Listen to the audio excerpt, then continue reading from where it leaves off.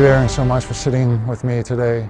I'm hoping that we can talk about your very impressive journalism on debunking anti-Palestinian lies in the mainstream media, as well as the sort of investigative work that you employ or engage in to that end. So perhaps we can start off with, in your view, what do you think the primary function of the mainstream media is? And how might we see that with respect to the coverage of Palestine right now?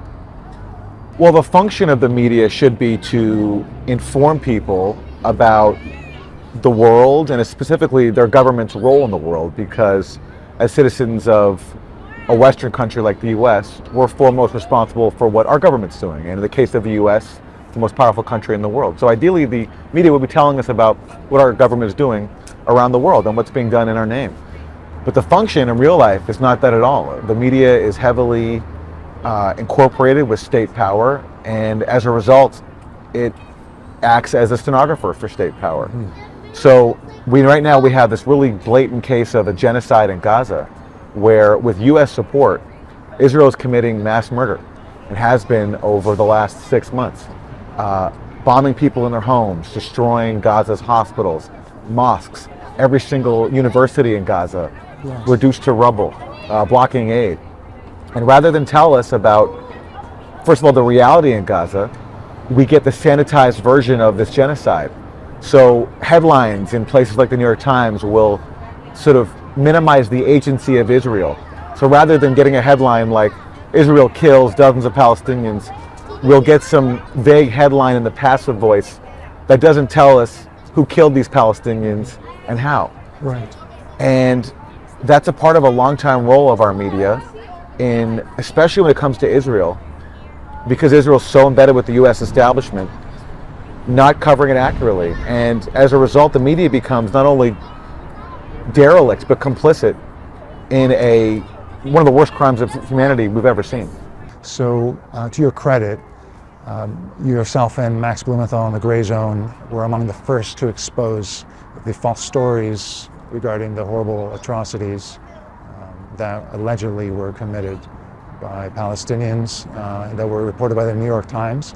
So I'm wondering if you can summarize for those who might not be familiar with that, what you uncovered and what the likelihood would have been for you to have done the same if you didn't have a certain kind of distance from mainstream media.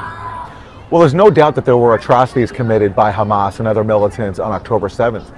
But if you look at what transpired immediately afterwards, Israel and its apologists were not content just to stick to what was confirmed. Instead, we got claims of dozens of beheaded babies and other really gruesome atrocity claims that turned out to be fake. And the Biden administration, rather than stick to what was known, also parroted these lies. So Joe Biden, for example, claimed to have seen photographs of dozens of beheaded babies. The White House subsequently had to admit that that was not true. And this also happened with this claim that Hamas committed systemic sexual violence on October 7th. We started hearing claims about that immediately, but it really picked up at a much larger scale weeks into Israel's mass murder campaign, when it was coming under heavy pressure to stop its atrocities. And if you look closely at what was there when it came to the evidence, there was nothing. There was no forensic or physical evidence of any rapes on October 7th. There were no identified victims of October 7th. All there were purported witnesses whose tales were impossible to believe. One witness claimed that she saw 3 severed heads, and she also saw a woman's breast being cut off while being raped. And the obvious question when someone makes a claim like that is, okay, where's the evidence? Right. Where are these severed heads? Where is that severed breast? And it didn't exist. And that's an indication that we're being told a lie. Rather than ask those basic questions that I just did, the US media ran with this story, and this culminated in this article in the New York Times at the end of December, claiming that there was a pattern of sexual violence by Hamas on October 7th. And if you read the story, it relies on these same discredited witnesses. The previous one I mentioned, also someone from a group named Zaka, which is an Israeli rescue group that has its own actual sexual violence controversy of its own. Its founder was tied to sexual violence. And it also was involved in spreading other atrocity claims that were debunked. Yes. So the New York Times witnesses were not credible. There was no physical forensic evidence, and there was no identified survivors. And perhaps most egregious of all, the New York Times featured an Israeli victim of October 7th named Gal Abdush and claimed that she was the symbol of Hamas sexual violence on October 7th and said she was likely raped. Her family immediately accused the Times of lying and said that it was impossible for her to have been a rape victim because she actually spoke to them right before she was killed. So there's no way in the short time in between them speaking to her and her death that all this horrible stuff could have happened to her. And so they called out the Times not only for lying about her, but for misleading them, because some of the family members took part in this Times story and they were not told that the Times was going to turn their daughter, their sister, into a symbol of Hamas sexual violence. So this story completely fell apart, and more horrible things have come out, including that two of the so-called journalists who worked on this story are Israelis with no journalism experience, and in trying to enlist others to cooperate with the story, they told them that the story would be good for Israeli hasbara, which is a term for Israeli propaganda. So this was a complete farce. And after we exposed these lies, myself, Max Blumenthal at the Gray Zone, other sites including Electronic Intifada, it started to unravel, and people at the Times even internally started to revolt. So they were going to do a podcast at the Times based on the story, but other colleagues there of the Times journalists who did the story were so uncomfortable with it that they couldn't do the podcast. Right. And so your question is of whether or not we could have challenged this story had we worked at the Times or another establishment outlet. I don't think so. I don't think we could have, because when you work in the establishment media, whether you're at the Times or the Washington Post, you're all part of the same club. Right. So even though you're purported rivals, you're still a part of the accepted establishment mainstream. And the way the mainstream media works is there are certain red lines you don't cross. So when you have a narrative that's laid down that Hamas committed systemic rape on October 7th, everyone understands that if they want to keep their job, if they want to advance, if they want to be seen as quote-unquote credible, that they just won't touch that story. And the media has dutifully obeyed. It's just been those of us who are on the outside of the mainstream of the establishment that have done our jobs by following the facts. That's what a journalist is supposed to do. And that's what we've done, and that's why that story has collapsed. What do you feel to your points on this sort of deception that we're seeing among the mainstream media, even media like the New York Times that presents itself as liberal, as endorsing free inquiry? If they're willing to do that, what does that actually say about so-called liberal media? Is it fair to say that it's, I don't know, I'm not sure what the right term would be instead of liberal, because liberal is so often, classically understood, so often associated with free inquiry, impartiality, non-deception. So maybe my question could be rephrased this way: what would be the better way to describe the liberal media?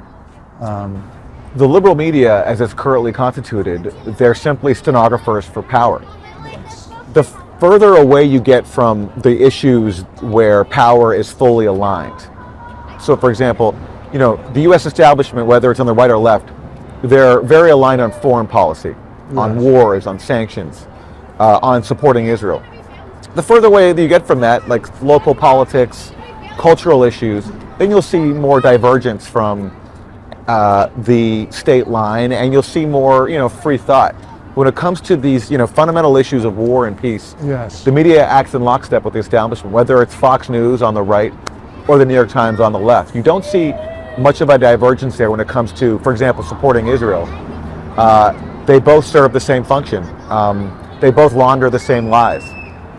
And so that's how I see our media. It's just, they're simply not there to do their job as journalists, which is to go where the facts are and try to do the most good faith job they can in relaying those facts to the public.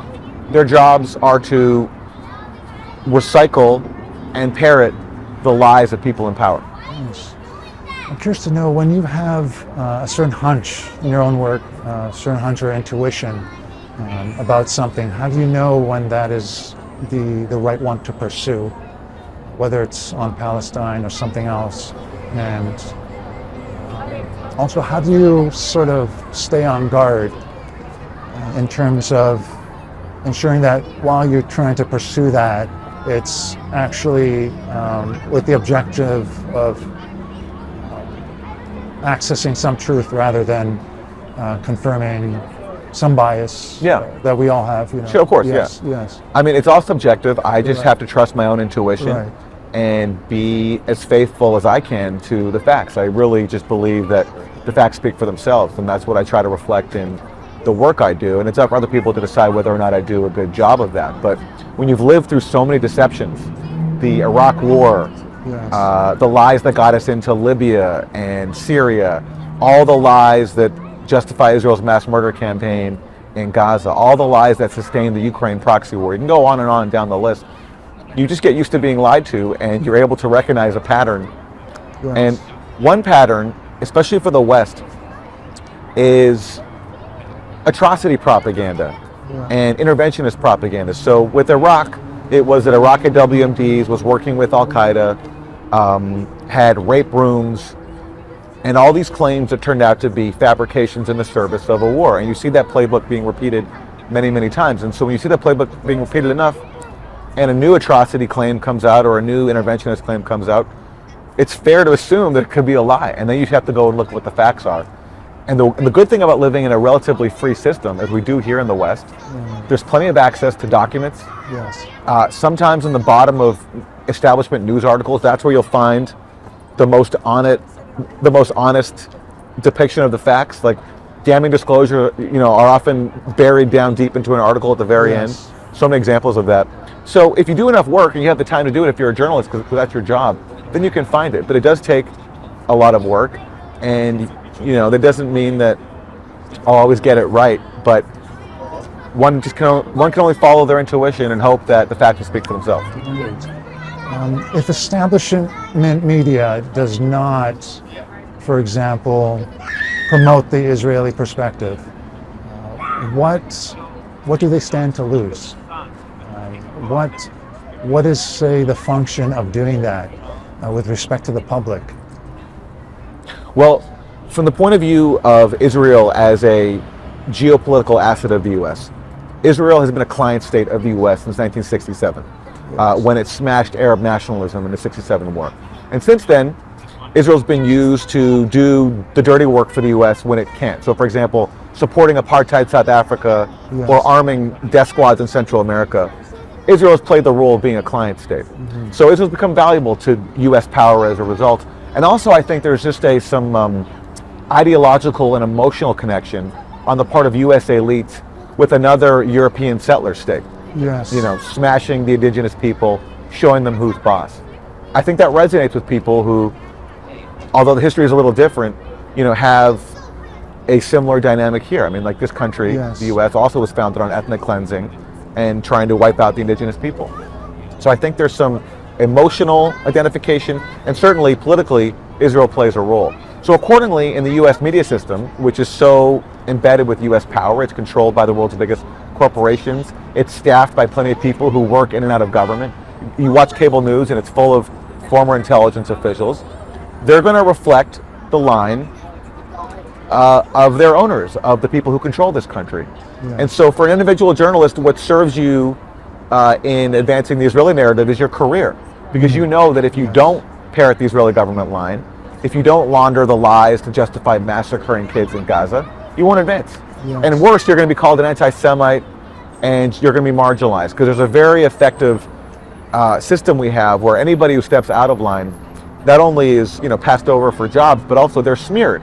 You get called a self-hating Jew in my case, or an anti-Semite. So that's a very effective way to keep people in line. We're hearing so much about the, as you put in quotes, quote unquote, controversy around TikTok right now and how it's challenging the Israeli narrative and amplifying Palestinian voices. Do you see TikTok in particular, or platforms that are similar to it, as going forward playing a pivotal role in investigative journalism or paralleling it somehow? Platforms like TikTok are certainly an important way to get out the message, to get out journalism, and for people to think for themselves. And that's why the US government across both parties is trying to shut it down. Right. And if you actually look at the TikTok trajectory, there have been people in Congress who've been wanting to shut it down for a long time. But this really picked up after October 7th. Yes. And in fact, somebody in Congress spoke to the Wall Street Journal about this and acknowledged that he wasn't able to gather momentum to shut down TikTok until October 7th, when people saw that young people especially were not buying the Israeli propaganda. And they were expressing sympathy for Palestinians. Yes. And the people in power who are shipping off US weapons to Israel, it's not good if you have this new generation of young people who aren't on board. You have to keep them in line. And if you can't convince them with your propaganda because they're not watching CNN anymore or not reading the New York Times, then what's your next option is to shut down the platform they're using. Yes. So that's why I think they do want to control TikTok, and that does speak to the potential that TikTok has in actually being a free source of information. It doesn't mean it doesn't have negative aspects to it, as all these platforms do. But certainly, I think the reason why you're seeing this concerted effort right now to silence TikTok is because simply the people in power in Washington can't control the narrative and are upset that people are not buying into Israeli propaganda. As we're seeing now more and more with the democratization of media and journalism, including TikTok, do you think this is signaling the end of what I know that on the gray zone you've referred to as respectability politics? And perhaps for those who don't know or not familiar with the term, you can maybe shed some light on that. Well, respectability politics is just this idea of, to be accepted by the establishment, you have to cater to their talking points, Right. cater to their biases. And I'm not ready to declare the end to that, because look, we live in a really powerful propaganda system where constantly, as I learn every day, if you don't toe the line, you face smear efforts, people trying to silence you, censor you, all sort of ways to marginalize you. And that's very effective in intimidating people. Yes. And even if consciously somebody might not think to themselves, all right, I'm just going to buy into this propaganda just so I can get ahead or not get attacked, subconsciously it creates an effect. I felt that myself. Yes. So no, I'm not ready to declare an end to respectability politics Yes. yet. I hope to try to be an example of not catering to it, but no, I think we still have a long ways to go. Some ways, yes. Well, I'd like to just thank you so much, Aaron, for this very illuminating, thoughtful discussion. Is there anything in terms of final observations or insights you'd like to share? I just think what the U.S. is supporting in Israel right now is one of the worst crimes in human history. The mass murder of a defenseless civilian population who have been besieged for more than a decade and occupied for decades more. And I do think things are changing. The world is waking up to the brutality of Israel. People are seeing Zionism for what it really is. And I'm heartened by all the young people in the US and around the world who are refusing to tolerate it and are refusing to be intimidated by people who want to silence them by calling them anti-Semites or self-hating Jews or what have you. So I feel hopeful right now, as horrible as things are. And I do believe that as long as we all keep using our voice, we all keep speaking up, and we're not intimidated by the disingenuous smear tactics of the establishment, that we can actually bring an end to not only this genocide in Gaza, but Israel's occupation of Palestinians, and finally help Palestinians achieve liberation. So I'm hopeful for that. Wonderful. Well, thank you again, Aaron. Much appreciated. Thank you.